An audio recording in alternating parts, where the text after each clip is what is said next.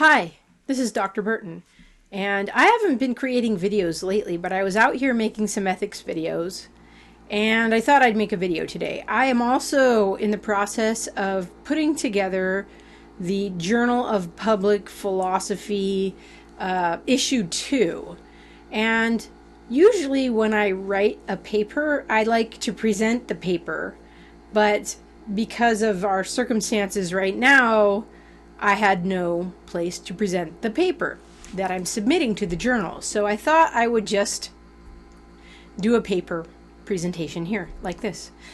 This is a paper I wrote several years ago, and it's about having difficult conversations, particularly about religion in the secular academic setting, especially if you're a teacher. But as I go through the paper, you might want to consider politics or morality as other categories that are difficult to discuss in the secular setting, in the secular academy.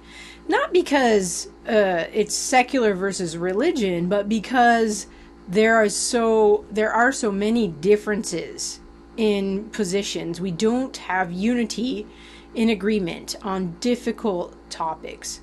So I am particularly interested in public discourse, rational public discourse, and trying to navigate difficult conversations. And so I thought this was a timely paper. I had been sitting on it for a while just because I'm on to other topics. But the paper is called Difficult Discussions in Secular Higher Education: Navigating the Streams of Liberal Tolerance and Religious Particularity. And by liberal, I mean classical liberal values, and tolerance is a classical liberal value where we allow for other views in the conversation. Now, liberal tolerance itself may be under critique now. I hadn't had to consider that when I wrote the paper, but now it is something that we should consider. Do we want to keep liberal tolerance as a value in the secular higher education setting? But anyways, I will read the paper and I'll let you think about it. Again, remember, you can say politics instead of religion and substitute that idea for religion. Now, I wrote this paper particularly because I teach philosophy and religious studies in the secular higher education setting, and there have been questions about how can you do that? I'm also a religious person. How can you do that? So this is my theory about how you can do that. All right, I'm just going to read it like I was presenting a paper. There is a preponderance of difficult topics in the headlines today, many of which are related to religion. I should add, this was after 9/11, so think of that context. There's a preponderance of difficult topics in the headlines today, many of which are related to religion. In addition, there has been a resurgence of religious voices in the public square, both nationally and internationally. Often, we don't know how to discuss with one another the underlying assumptions of religiously motivated public actions, from partisan voting to suicide bombing. In a world in which one's next-door neighbor may be Buddhist, Hindu, Jewish, Christian, Muslim, New Age, atheist, or just shopping around in the free marketplace of ideas for a religion, it is more important than ever to understand the assumptions of different religions and to have the ability to discuss these assumptions with one another in the public realm in the democratic spirit of the free exchange of ideas and arguments. Education is one avenue in the promotion of the practice of giving and evaluating reasons. The educational setting is a forum for practicing the skill of public reasoning. The college or university setting is a central location for the discussion of difficult topics, particularly difficult topics dealing with substantive religious claims. I would like to argue that no topic in itself should be ruled out for discussion in the public higher educational setting because it is quote-unquote difficult. Discussing religious or worldview commitments in the public educational setting cannot be avoided in the name of liberal autonomy, neutrality, tolerance, or rationality. The limits of a discussion in the college or university setting are inherent and thus need not be imposed as off-limits by educational or legal authorities.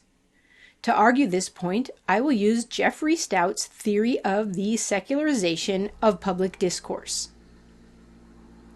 The limits of public discourse are based upon the limits of a shared discursive practice rather than based upon some notion of liberal tolerance or secular ideology. I will argue that any topic is legitimate for rational discussion in the classroom. By rational, I mean the give and take of reasons for belief and the critical evaluation of those reasons for meaning and coherence and consistency. The limits of discussion are not difficult topics in themselves, but rather the method by which we approach difficult topics. I hope to outline a method by which difficult topics pertaining to religion can be discussed in the higher educational setting. Educators should not protect students from difficult topics. Rather, students ought to be prepared by educators to engage in the discussion of difficult issues. No topic is too difficult for discussion if there is an agreed upon method by which students and teacher can approach the topic at hand. I propose that a step-by-step approach from more basic assumptions to less basic assumptions can be employed. If the discussion gets hung up on a less basic issue that cannot be resolved, the method is to find a more basic assumption upon which the less basic rests and discuss the more basic first. The discussion can proceed step by step with the attempt to find agreement or consensus at each step before moving on, from more basic to less basic assumptions. In this way, a seemingly difficult topic like the existence of God can be discussed in the public college setting. The most appropriate location within the public college setting for the discussion of difficult religious topics may be in a philosophy or religious studies course. The most appropriate method for discussion may be Socratic dialogue, where the teacher leads the discussion by asking students to clarify the meaning of the terms that they use.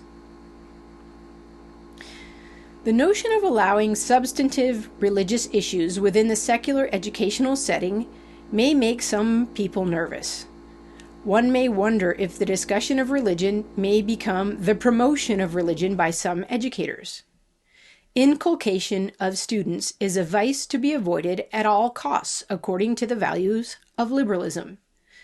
In The Trouble with Principle, a book by Stanley Fish, he draws out the implications for the dual goals of maintaining the liberal value of individual autonomy and the necessity of education.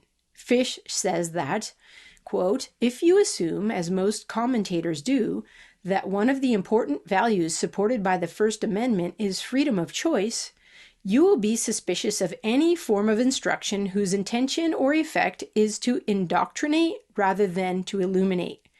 That is why the Association of American University Professors, the self-anointed guardian of academic freedom, has always looked askance at religiously based colleges and universities. For rather than being committed to the disinterested play of ideas, they turn out to be very interested in the promulgation of some ideas and the exclusion of some others." End quote. Fish goes on to argue that it is impossible to educate without some form of inculcation, be it religious or otherwise. Furthermore, teaching from the pluralistic liberal model is itself a form of indoctrination. The notion of openness and the free play of ideas are values of a liberal worldview. He argues that it is philosophically impossible to reconcile the First Amendment goals of autonomy with the inevitability of inculcation in education. A virtue of liberal secular education is that the educator is to remain neutral and as objective as possible in the face of competing views of the good, allowing the autonomous student to freely choose his or her own vision of the good from the free marketplace of ideas. The goal of education given this model is to free the student's mind from the chains of tradition and authority. Students should believe based on their critical assessment of a position rather than upon dogmatism or appeals to tradition and authority. It would then make sense for some to be nervous, given this model of education, if teachers are promoting religion in the classroom, because teachers would then be appealing to authority rather than to reason. Appeal to dogmatic authority defeats the purpose of a liberal education. Is it possible to escape from some sort of authority in education? In addition, if students are to autonomously choose some view of the good from the free marketplace of ideas, by what authority will they choose? Choice does not occur in a vacuum. Choice assumes values, and values assume some prior conception of the good. Behind this view of the good is a conception of what is real or eternal. This amounts to what some have called a worldview. This is not to say that students are fully conscious of or consistent in the worldview in which they live and breathe, and by which they interpret and make sense of their experiences of the world. Part of this worldview is an epistemological approach to the world, which functions as a source of authority. Students come into the marketplace of ideas with a source of authority and with a conception of the good in place. Students do not come into the classroom as blank slates. Students are born into a worldview and most likely have learned it through tradition. Students may consciously depart from the worldview in which they were raised. Oftentimes, liberal education is seen as the destroyer of the traditions that these students bring to the classroom. How often has it been said by students that they lost their religion when they went to college? How many students can say that they got religion while in college? It is often a temptation, if not a stated purpose, of liberal educators to debunk, often in an authoritarian manner, the authority by which students know and the traditions in which they were raised. It seems that if liberal educators were to practice what they preach, then teachers and students alike would be willing to critically examine together the authorities by which we claim to know. Epistemology is the area of philosophy that has traditionally examined how knowledge is possible. In a philosophy or religion class, a distinction could take place in which the topic of religious epistemology is pursued. The question may be asked, is the authority by which we know personal, textual, intuitional, empirical, or rational? Is knowledge of ultimate things even possible at all? These are some difficult topics that need to be explored. These are long-standing difficult topics which should be an indication that a more basic level of discussion is needed to make progress in these age-old issues. Is it possible for teachers to come to the classroom as neutral and objective, possessing no worldview of their own by which they interpret and give meaning to the world? Does the teacher lack reliance upon any authority when he or she steps into the classroom? Are the values of a liberal education neutral, or are they part of a worldview that is being presented to the students as neutral?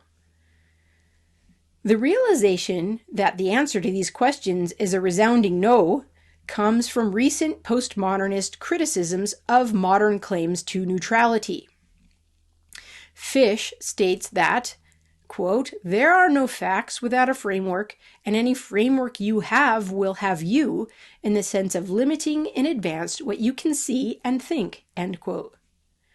In an application of this notion to education, Webb notes that, quote, "We live in a postmodern world where all levels of education are experiencing a legitimation crisis, so that the source of teachers' authority to make judgments about and evaluations of their students is increasingly unclear," end quote.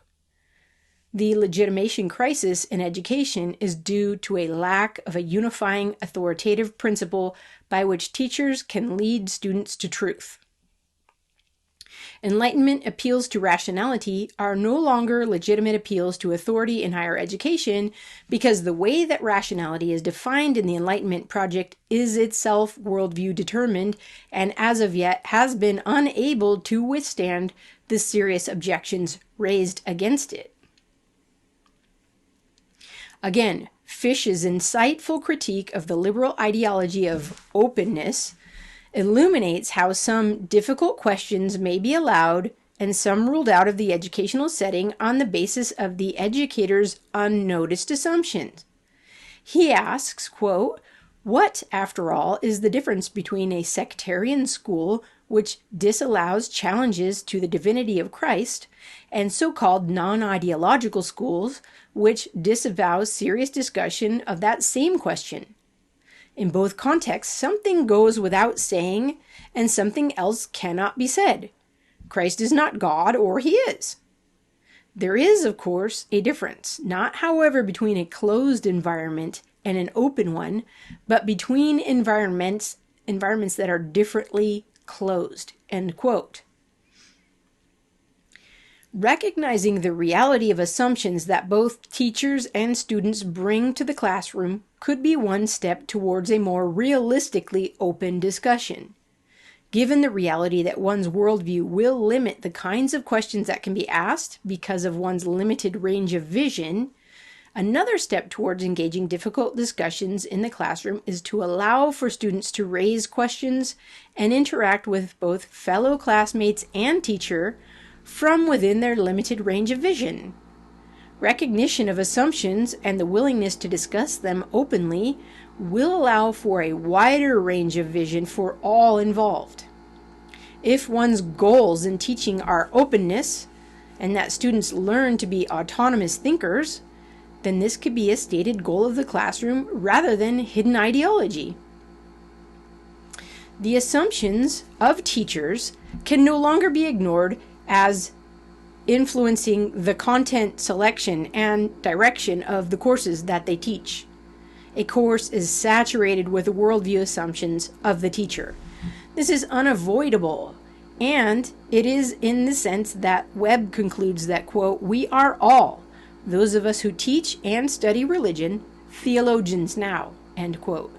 He adds that theology is, quote, "just another name for the holistic approach to the study of religion in which students and teachers come together to probe the mysteries of the divine and seek a public discourse on the many passions that divide us," end quote.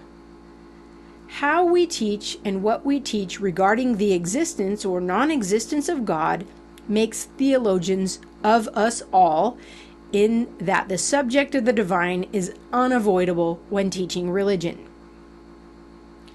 One need not believe in the existence of the divine to, quote, probe the mysteries of the divine.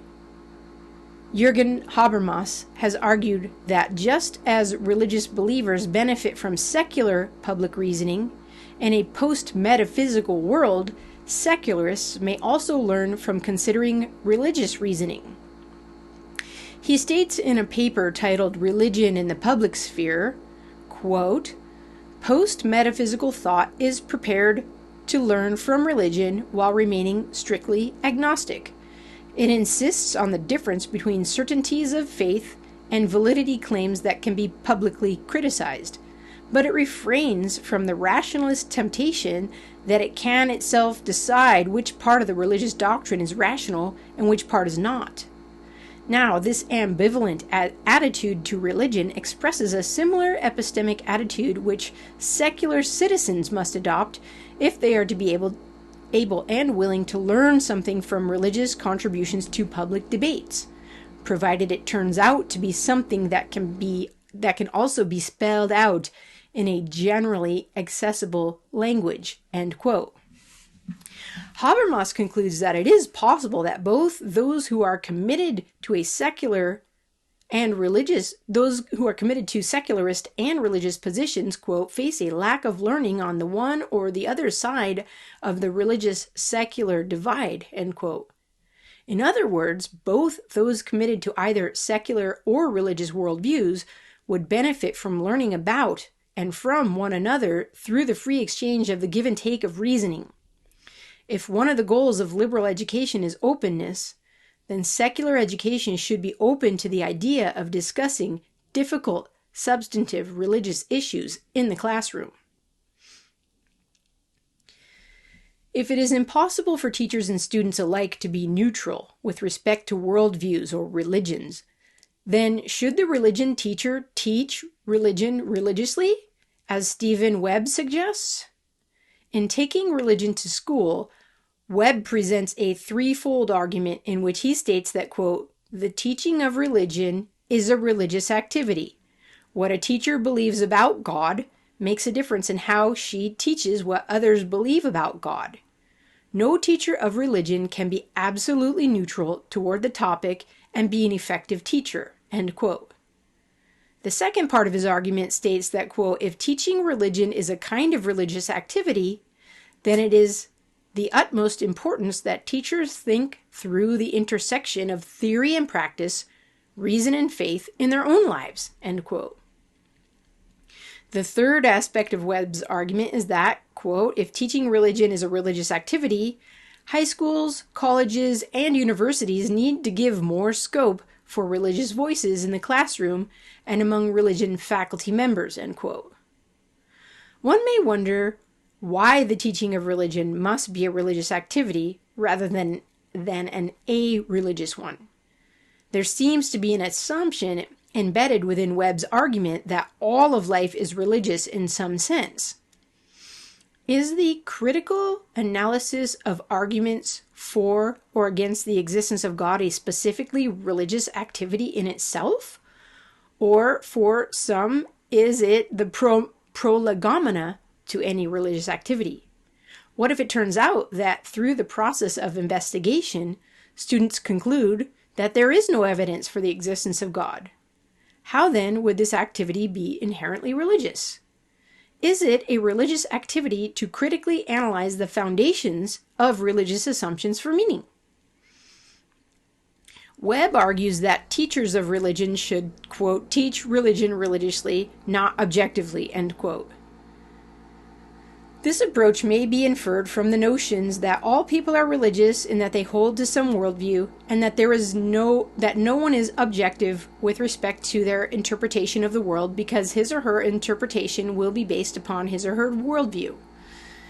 Webb is a Christian theologian who seems to struggle with two options with respect to the teaching of religion. One option he envisions is making the classroom a spiritual place without making it a Christian place.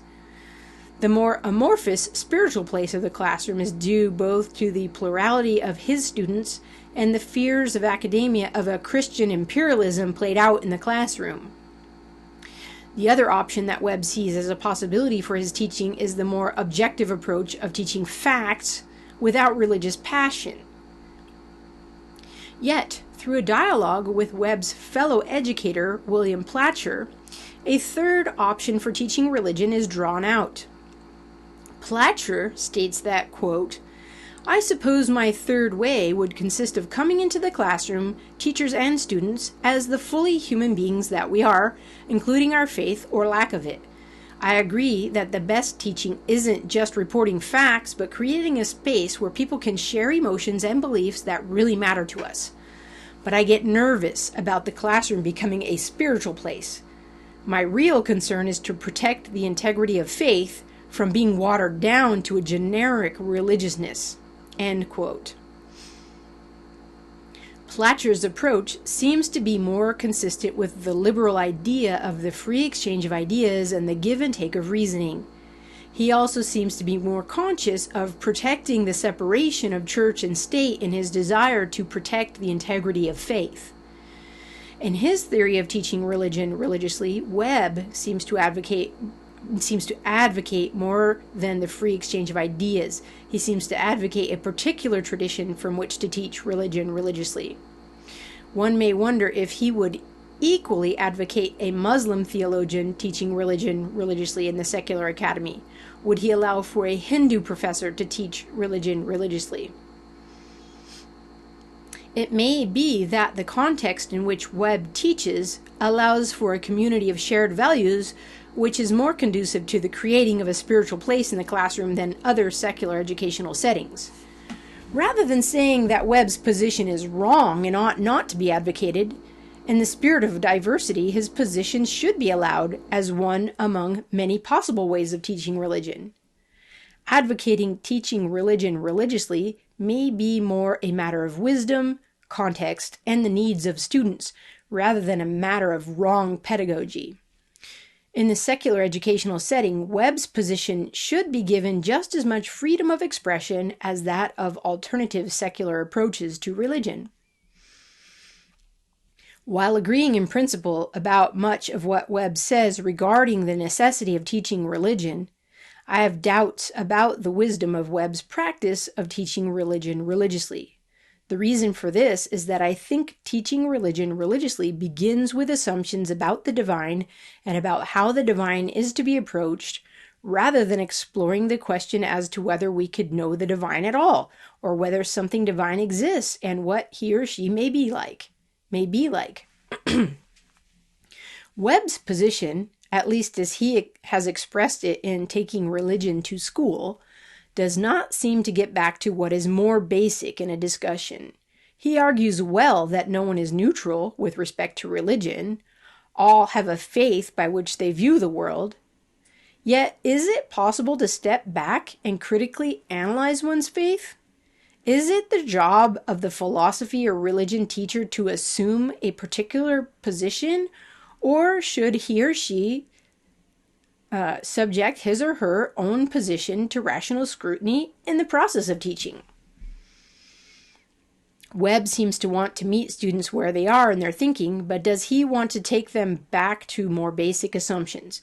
Is he willing to entertain the idea that he may have to adjust his position when faced with objections by his students? Is his position too partisan from the start?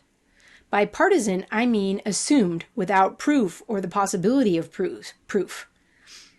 Partisanship in pedagogy does seem to be an implication of some postmodern theories. People find themselves with a worldview, but that worldview cannot itself be proven. Webb draws from some aspects of postmodern theory throughout the book. Is this an assumption that we should accept? Does Webb's position, stemming from Christian theology, rely upon Scripture as an authority, and would he bring scriptural claims to the classroom? Is it possible for reason and faith to be brought into the classroom without appeal to scriptural claims? Historically, natural theology has been a tool to deal with these questions. Arguments drawing on general revelation can be used without appeal to scriptural authority. Webb does not mention this distinction, but I wonder if it would benefit his position to consider its pedagogical usefulness. General revelation is more basic and logically prior to Scripture, or what has been called special revelation. General revelation, since it is less particularistic, can be a valuable tool for any religion to bring to bear in the classroom and in public discourse, subjected to public reason giving. Reasoning in terms of general revelation seems to be a lost skill of the theologian, the revival of which would go a long way in creating a space for religious voices to address a pluralistic public.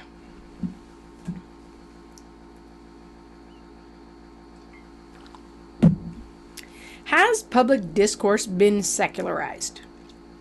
Must the discourse of the public classroom be secular? That is, neutral with respect to comprehensive religious claims. Jeffrey Stout's account of secularization, quote, concerns what can be taken for granted when exchanging reasons in public settings. A setting is public in the relevant sense if it involves no expectations of confidentiality and if it is one in which citizens address one another qua citizens. What makes a form of discourse secularized, according to this account, is not the tendency of the people participating in it to relinquish their religious beliefs or to refrain from employing them as reasons. The mark of secularization, as he uses the term, is rather the fact that participants in a given discursive practice are not in a position to take for granted that their interlocutors are making the same religious assumptions that they are. This is the sense in which public discourse in modern democracies tends to be secularized. End quote. Secularization of public discourse, then, is simply a matter of what can be presupposed in a discussion with other people who happen to have different theological commitments and interpretive dispositions. Stout argues further that, quote, public ethical discourse in modern democratic societies tends not to presuppose agreement on the nature, existence, and will of God, nor does it presuppose agreement on how the Bible or other sources of religious insight should be interpreted. As a result, theological claims do not have the status of being justified by default, of being something all participants in the discursive practice are effectively obligated to defer to as authoritative or justified. And this consequence of theological plurality has an enormous impact on what our ethical discourse is like. It means, for example, that in most contexts it will simply be imprudent, rhetorically speaking, to introduce theological premises into an argument intended to persuade a religiously diverse public audience. End quote. Stout's analysis of the secularization of public discourse seems to make sense logically, and it can be empirically verified. Yet, one may affirm, on the one hand, the rhetorical lack of wisdom to presuppose agreement on the nature, existence, and will of God in public discourse, while on the other, asking, where do citizens hash out differences in understanding the nature, existence, and will of God? Do we just take it for granted that these are intractable differences and are forever off limits because agreement is impossible? Do we retreat into our respective fideistic and skeptical corners? Is it possible to discuss these difficult topics in the classroom setting, even while recognizing the reality of the secularization of public discourse? Allowing for the discussion of substantive religious issues within the classroom can serve the dual purposes of preparing students for appropriate public debate and allow for students to explore and develop reasons for their own religious belief or lack thereof. Within the classroom, students can try out the practice of public discourse about religious assumptions and see why some arguments do or do not work. In this setting, students, directed by their instructor, can help one another hone their skills of identifying and articulating religious assumptions and critically examining those assumptions for meaningfulness. The first application of this method, both for the teacher and students, should be self-examination of one's own position. The teaching of religion should help students to become more conscious of and more consistent in their own worldview, in addition to helping them to understand that of their neighbor. In this way, students don't have to check their faith at the door of the classroom, but rather they should be encouraged to bring their faith in all of its particularity and be willing to critically examine it for meaning. The presuppositional approach that I endorse would say that meaning is more basic than truth, and so the meaning of one's religion or worldview religious or worldview assumptions should be tested prior to the truth value of those assumptions. For instance, students can be asked to articulate what they mean when they say God exists. What do they mean by God? Will the Jewish, Christian, Muslim, Mormon, or Hindu student have the same understanding of the nature of God? The teacher could explore the relationship between faith and reason by asking students what their understanding of faith is and what their understanding of reason is. Different understandings could be identified, and the class as a whole, through a process of critical examination of the concepts, could have a conversation as to why certain formulations of God or faith or reason are more coherent than others. The goal of this kind of discussion is to get students to first identify and articulate their own assumptions, and then to critically analyze them for meaning and rational coherence. Students will then be in a better place to see why some of their assumptions may or may not be useful in a broader public discourse. Students may find out that sometimes it is helpful to keep certain aspects of religion private, while at other times they may find that a public religious voice is necessary. This approach to religious assumptions in the classroom is risky in two ways. On one hand, it may cause students to have doubts about what they thought they previously understood regarding their religion or worldview. On the other hand, it may bring about stronger religious conviction as they find tools for supporting the belief that they hold. Yet, this is the risk of a liberal education, and students learning to subject religious assumptions to critical scrutiny. Secular ideology is not the logical outcome of a liberal education. For instance, in a philosophy of religion course, given an honest and critical engagement, it is possible that a student may come away with what he or she believes provides proof for the existence of God. It is also possible that an honest engagement with the problem of evil can shake a student's beliefs to the core. What happens when students who assume the very existence of the external world encounter the notion that the world might possibly be an illusion, as in Advaita Vedanta or idealist philosophy? Should secular liberal education protect students from these possible life-altering encounters with difficult substantive religious issues?